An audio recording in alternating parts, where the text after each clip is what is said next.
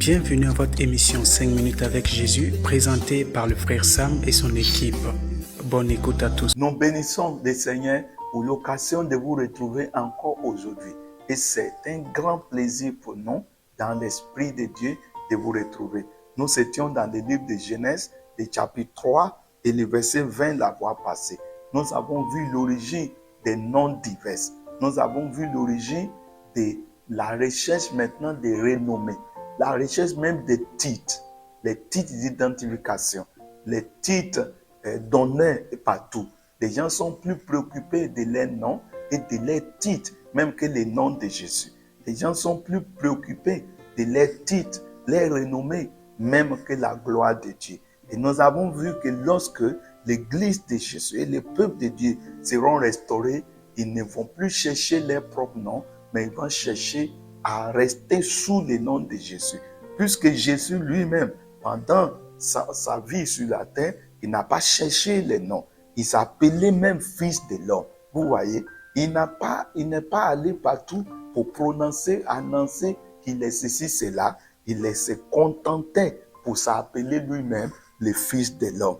Ok. Donc aujourd'hui, maintenant, je lis dans le verset 21 de Genèse 3.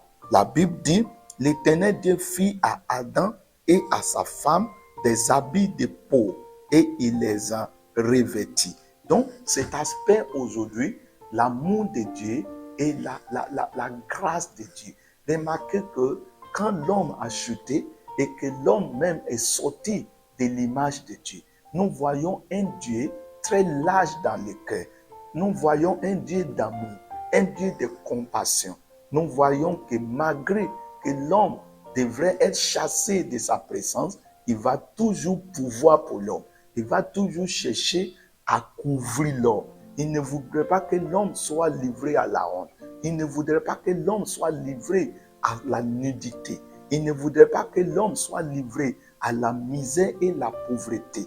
Même dans la position de chute de l'homme, Dieu continue de manifester son amour. Et je voudrais aujourd'hui vous dire, chers auditeurs, auditrices, l'amour de Dieu est infaillible. L'amour de Dieu est constant. Malgré l'erreur de la vie des hommes, malgré le péché des hommes, Dieu toujours cherche les moyens pour manifester son amour. Et cela voudrait dire que, quelle que soit votre situation aujourd'hui, l'amour de Dieu est toujours prêt pour vous. C'est pas que Dieu aime le péché, c'est pas que Dieu aime l'erreur que vous faites, mais Dieu vous aime en attendant que vous soyez convertis, en attendant que vous voyez sa main puissante, en attendant que vous reveniez, en se soumettant à lui.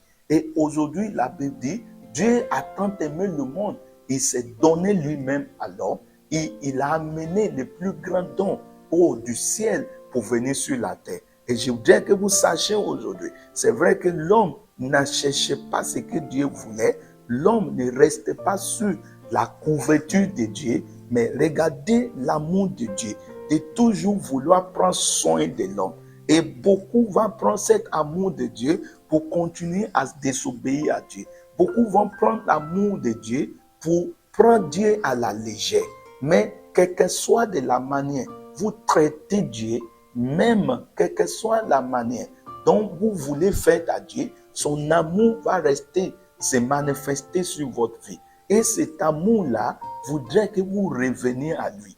J'imaginais qu'au moment où Adam était revêtu et sa femme était revêtue par la couverture, j'imaginais qu'Adam reconnaissait encore son erreur pour dire: oh mon Dieu, malgré tout ce que j'ai fait, malgré que j'ai même discuté avec toi, voilà que tu attends de me couvrir. Oh, qu'est-ce que je peux faire maintenant pour être restauré à toi? Et je voudrais terminer aujourd'hui, auditeurs, auditrices, que l'amour de Dieu, la couverture de Dieu, la guérison de Dieu ne doit pas vous éloigner de Dieu, doit plutôt vous rapprocher de Dieu et de vous amener à vous soumettre à lui, à vous donner à lui, à vous livrer à lui, parce que son amour est grand et son amour est merveilleux et son amour devrait vous interpeller de savoir que si grand Dieu, s'il peut s'abaisser pour me couvrir, s'il peut s'abaisser pour me nourrir, s'il peut s'abaisser pour me guérir et me faire du bien, alors je dois lui donner mon cœur. Je voudrais prier pour vous aujourd'hui et vous dire, l'amour de Jésus est là pour vous. Il ouvre ses bras pour vous recevoir. Donnez-lui votre cœur, donnez-lui votre vie, donnez-lui votre maison, donnez-lui votre ministère.